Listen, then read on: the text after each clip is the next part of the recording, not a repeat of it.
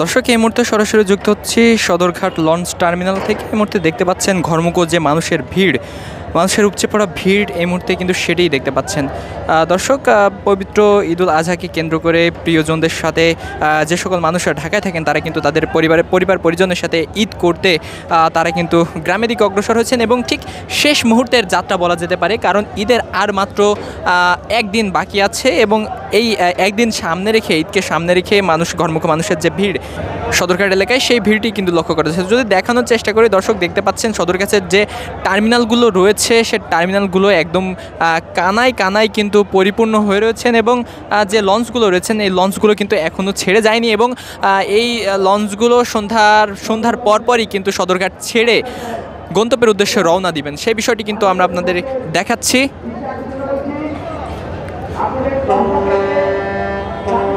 দর্শকরা যেমনটি দেখছেন যে সদরঘাটের টার্মিনালগুলো একদম কানায় পরিপূর্ণ হয়ে গেছে ঘরমুখো মানুষের ভিড়ে। ঠিক একদিন সামনে রেখে পবিত্র ঈদুল আজহাকে কেন্দ্র করে এই সকল মানুষ কিন্তু ঘরে ফিরছেন। দর্শক যেমনটি দেখছেন এই সকল মানুষ কিন্তু পবিত্র ঈদুল আজহাকে কেন্দ্র করে প্রিয়জনের সাথে ঈদ কাটানোর জন্য, পবিত্র ঈদ পালন করার জন্য তারা কিন্তু ঢাকা ছেড়ে গ্রামের দিকে কিন্তু অগ্রসর হয়েছেন। দর্শক আমরা এই মুহূর্তে কিছু সাধারণ মানুষের সাথে কথা বলার চেষ্টা করব এবং তাদের থেকে জানার চেষ্টা করবো আসলে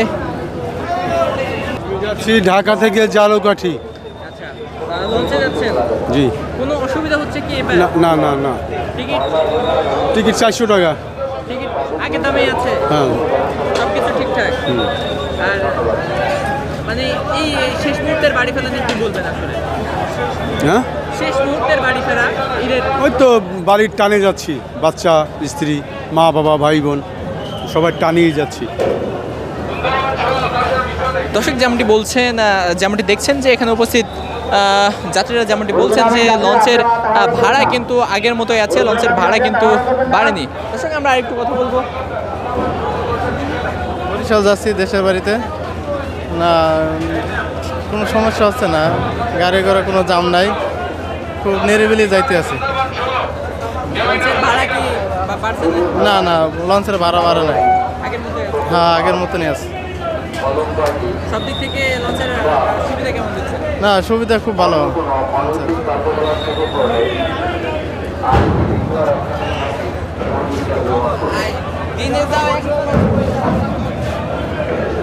দর্শক সদরঘাটের লঞ্চ টার্মিনালগুলোতে কিন্তু বড় লঞ্চগুলো কিন্তু এখনও ঘাটে দাঁড়িয়ে রয়েছে এবং ঠিক সন্ধ্যার পরপরই কিন্তু এই লঞ্চগুলো ঘাট থেকে তাদের গন্তব্যের দিকে কিন্তু ছেড়ে যাবে।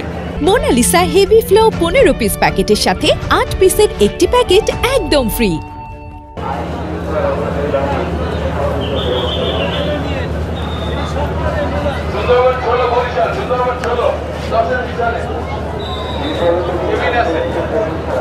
এই যে কেবিন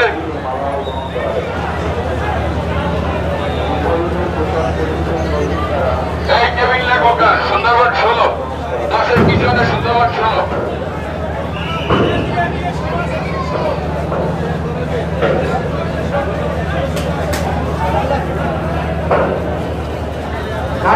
দর্শক আমরা এখানে লঞ্চ কর্তৃপক্ষের সাথে কথা বলার চেষ্টা করবো এবং তাদের থেকে জানার চেষ্টা করবো যে এইবার গত বছরের তুলনায় এইবার যাত্রীর চাপ কেমন এবং সার্বিক দিক থেকে আসলে এই লঞ্চ কর্তৃপক্ষ কি পালন করছেন।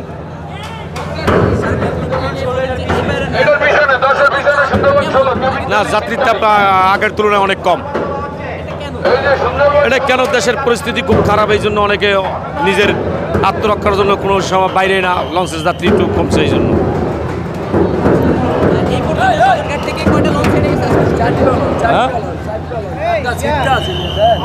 সকালে কয়টা লঞ্চ ছেড়ে গেছে? না, সকালে বরিশালের উদ্দেশ্যে কোনো লঞ্চ ছেড়ে দেওয়া হয় না। সার্বিক দিক থেকে লঞ্চের ব্যবস্থা এবার কেমন? হ্যাঁ, লঞ্চের সুবিধা এবার কেমন? না লঞ্চের সুবিধা আছে, ভালো, খারাপ না। টিকিটের দাম কি বাড়ছে? না, টিকিটের দাম বাড়ে না, আগের নাকানি আছে। হ্যাঁ, দর্শকরা যেমনটি দেখছেন এখানে উপস্থিত লঞ্চের কর্মকর্তারা বলছেন যে লঞ্চের টিকিটের দাম কিন্তু একেবারেই বাড়েনি, আগের তুলনায় কিন্তু লঞ্চের যে টিকিটের দাম ছিল সেই দামেই কিন্তু এখনো পর্যন্ত লঞ্চের টিকিট কিন্তু পাওয়া যাচ্ছে। দর্শক আমরা এখানে উপস্থিত আরও একজন জাজের সাথে কথা বলবো এবং তা থেকে জানার চেষ্টা করবো আসলে এই ঈদ উপলক্ষে শেষ মুহূর্তের ঘরে ফেরা সম্পর্কে আসলে টিকিটের দাম কেমন? টিকিট দাম এখন আমরা তো লঞ্চে বই টিকিট কাটি বুঝছেন, আমরা লঞ্চে ওঠার পরে টিকিট কাটা হয়। এখন আমরা প্রতিটি 500 টাকা করে যায়, 400 টাকা বরিশালে 400 টাকা নেয়। হ্যাঁ আগে টিকিটের দাম কেমন? আগে একই দাম 400 টাকা, হ্যাঁ 400 টাকা করে। না না না পরিবর্তন না, 400 টাকায় ফিক্সড। শেষ মুহূর্তে পরিবারের সাথে ঈদ করবেন, আসলে কেমন লাগছে? আনন্দই তো, আনন্দ না হলে কি বাড়ি দিতাম? আনন্দের জন্যই তো বাড়ি যাওয়া হচ্ছে, বুঝলেন না? বৃষ্টি বদলে দিন বাবা মার কাছে ঈদ করবো, এটাই তো একটা আনন্দ। ধন্যবাদ।